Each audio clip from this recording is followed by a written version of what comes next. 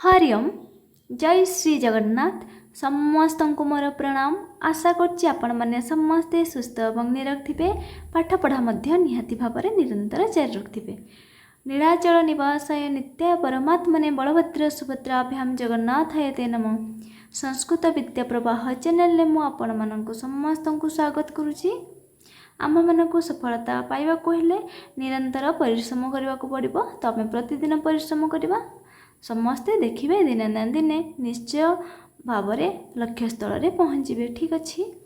तो आम पूर्व कौन करथिले ना पद्धति उपरे आरंभ करथिले। पद्धति पर पढ़ी कौन ना आरोह एवं अवरोह, प्रत्यक्ष एवं परोक्ष विधि एवं व्याकरण अनुवाद विधि उपर आम प्रश्नोत्तर आलोचना ऑलरेडी कर सारी पिले। ठीक अच्छे। तो आज आम अन्वय पद्धति उपरे प्रश्नोत्तर किछि अच्छी तापरे आलोचना करवा। जो पिला माने ओएसटीटी एवं एसएसबी टीजीटी हो, एलटीआर हो, आरएसटी यही परीक्षा निमंते प्रिपरेशन करछंती सही पिला मानक पई निहाती भाव में उपयोगी हेबो बोली मु आशा करछि। ठीक अच्छे।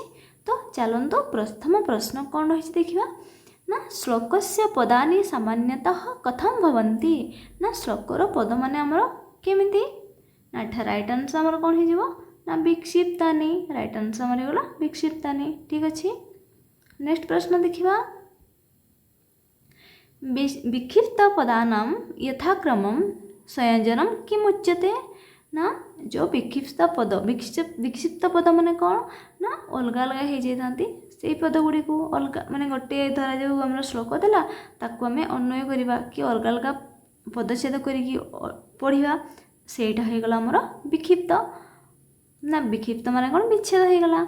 तो सही पद मानकर यथाक्रम संयोजनम नाम कि मुच्यते ना एठारे आमर राइट आंसर कौन हो अन्वय। ठीक अच्छे। बुझिपारे पिले। नेक्स्ट प्रश्न देखिबा कौन रही अन्वय पद्धति ही मुख्यतः कस्य बोधाय प्रयुज्यते। ना अन्वय पद्धति आमर काहाकू बोध बोली एठारे कुहा जायछि। ना एठारे आमर राइट आंसर कौन हो श्लोकस्य मार्मिकस्य अर्थस्य। बुझिपारा अन्वय पद्धति आमर मुख्यतः काहाकू बुझाए। ठीक अच्छे। ना गोटे श्लोक को आम जमी अन्वय करती पदच्छेद करती ताहा होची आमर अन्वय पद्धति हो गला माने खंड विखंडित करवा। ठीक अच्छे। बुझिपारे। तो राइट आंसर आमर कौन हो ना श्लोकर मार्मिकस्य अर्थस्य।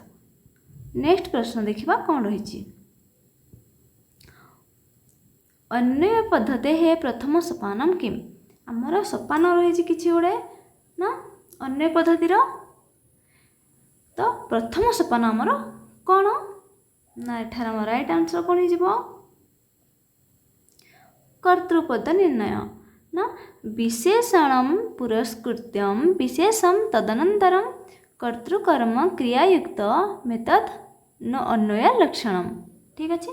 ना प्रथम आम कौन करथांती कर्तृपद को निरूपण करथांती तापरे सही संपर्कर क्रिया को श्लोक मध्यरु निर्वाचन करा जाय थाए। नेक्स्ट पुणी कौन ना कर्तृपदर जो पुरुष अवचन थाए तार क्रियापद तत्संबंधी होता है। बुझिपार। नेक्स्ट कौन होता है ना अनेक क्रियापद थिले प्रासंगिक नहीं मुख्य क्रियापद को बछा जाय थाए।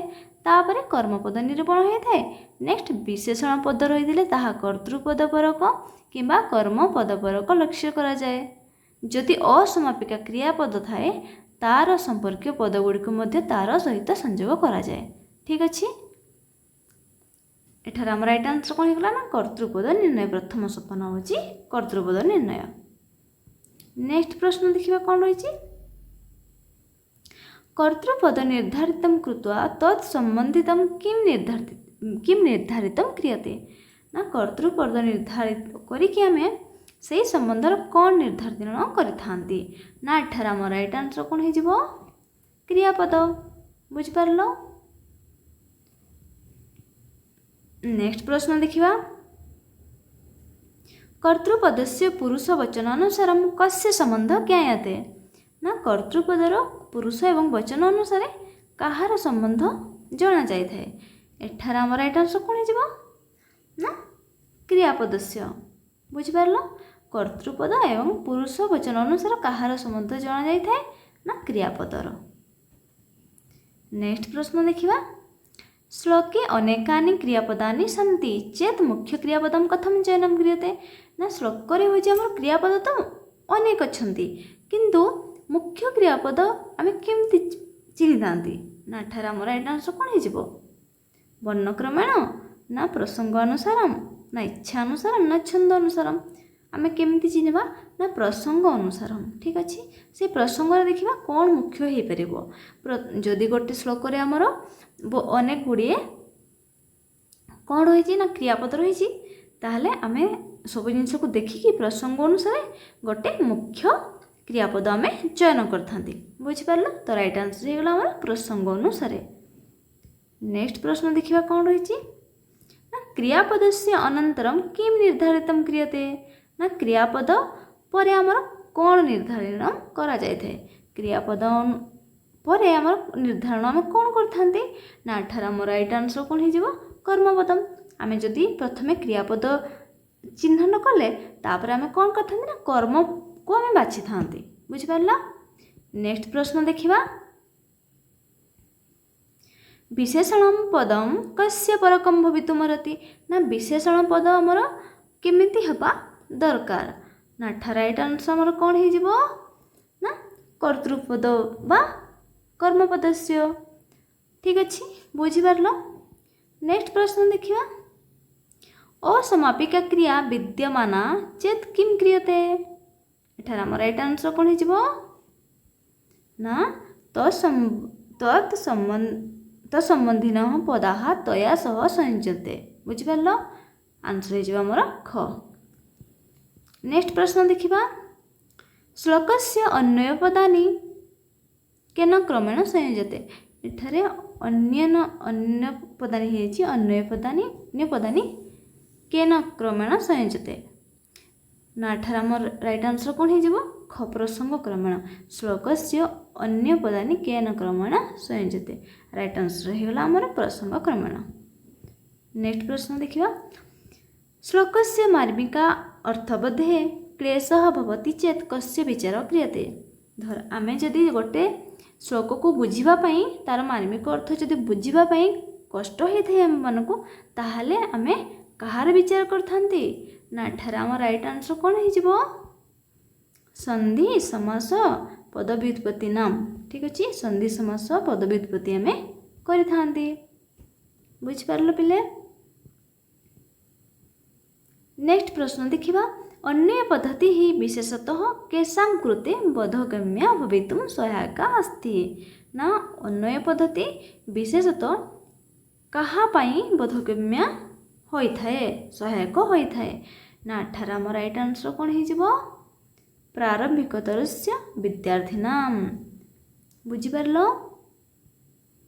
ନେକ୍ସଟ ପ୍ରଶ୍ନ ଦେଖିବା। ଅନ୍ୟ ପଦ୍ଧତେ ମୁଖ୍ୟଃ ପରିଣାମଃ କଃ। ନା ଏଠାରେ ଆମର ରାଇଟ୍ ଆନ୍ସର କ'ଣ ହେଇଯିବ? ଅର୍ଥାବୋଧାତ୍ମକ ଜ୍ଞାନସ୍ୟ ଅଭିବୃଦ୍ଧି। ଅନ୍ୟ ପଦ୍ଧତି ମୁଖ୍ୟ ପରିଣାମ କ'ଣ? ନା ବୋଧାତ୍ମକ ଜ୍ଞାନର ଅଭିବୃଦ୍ଧି ଆମର ହୋଇଥାଏ। ନେକ୍ସଟ ପ୍ରଶ୍ନ ଦେଖିବା। ଅନ୍ୟ ପଦ୍ଧତି ହି ମୁଖ୍ୟତଃ କତି ପ୍ରକାର। ନା ଅନ୍ୟ ପଦ୍ଧତି ଆମର କେତେ ପ୍ରକାରର? ନା 2 ପ୍ରକାରର। କ'ଣ କ'ଣ? ନା ଦଣ୍ଡାନୟ ଏବଂ ଖଣ୍ଡାନୟ। ଠିକ୍ ଅଛି, ଖଣ୍ଡାନୟ। ବୁଝିପାରିଲ? 2 ପ୍ରକାର। ନେକ୍ସଟ ପ୍ରଶ୍ନ। ଅନ୍ୟ ପଦ୍ଧତି 2 ପ୍ରକାର କହ। ଏବେ ମୁଁ କହିଲି କ'ଣ? ନା ଦଣ୍ଡାନୟ ତଥା ଖଣ୍ଡାନୟ। ଠିକ୍ ଅଛି, ରାଇଟ୍ ଆନ୍ସର ଆମର କ'ଣ ହେଇଯିବ? ନେକ୍ସଟ ପ୍ରଶ୍ନ ଦେଖିବା। ଦଣ୍ଡାନୟ କସ୍ୟ ସମ୍ବନ୍ଧିତ अस्ति। ନା ଦଣ୍ଡାନୟ କାହାର ସମ୍ବନ୍ଧିତ ଅଛି? ନା ଦଣ୍ଡାନୟ ପଦ୍ଧତିଟା ଆମର କେଉଁଠାରେ ବ୍ୟବହୃତ ହୋଇଥାଏ? ନା ଏଠାରେ ଆମର ରାଇଟ୍ ଆନ୍ସର କ'ଣ ହେଇଯିବ? ଦଣ୍ଡାନୟ ନା ପଦ୍ୟରେ ଆମର ବ୍ୟବହୃତ ହୋଇଥାଏ। ଠିକ୍ ଅଛି, ପଦ୍ୟ ହେଇଯିବ ଆମର ରାଇଟ୍ ଆନ୍ସର। ଦଣ୍ଡାନୟ ହେଉଛି ଆମର ପଦ୍ୟରେ।